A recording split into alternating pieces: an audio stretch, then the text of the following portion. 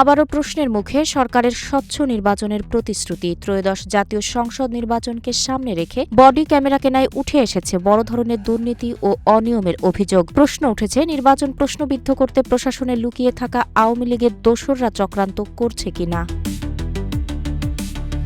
জানা যায়, ইউএনডিপিকে সামনে রেখে এ কেনাকাটায় জড়িত ছিল টেন্ডার পাওয়া প্রতিষ্ঠান স্মার্ট টেকনোলজিস। প্রতিষ্ঠানটি সাবেক আইজিপি বেনজির আহমেদ ও সাবেক অর্থমন্ত্রীর মেয়ে নাফিসা কামালের মালিকানাধীন।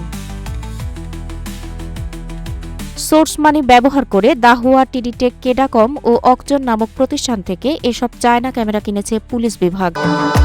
ভবিষ্যৎ হোক নিরাপদ, বিনিয়োগ হোক বিশ্বস্ত, আর আমার পছন্দ সল্ট বে।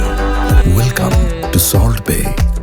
মাঠ পর্যায়ে ক্যামেরা পৌঁছালে নিম্নমানের বডি ক্যাম সরবরাহ নিয়ে প্রশ্ন ওঠে। এ বিষয়ে পুলিশ সদর দপ্তরের মিডিয়া অ্যান্ড পিআর বিভাগের এআইজি AHM শাহাদাত হোসেন জানান, বডি ক্যামেরার বিষয়ে তার কাছে কোনো আপডেট তথ্য নেই।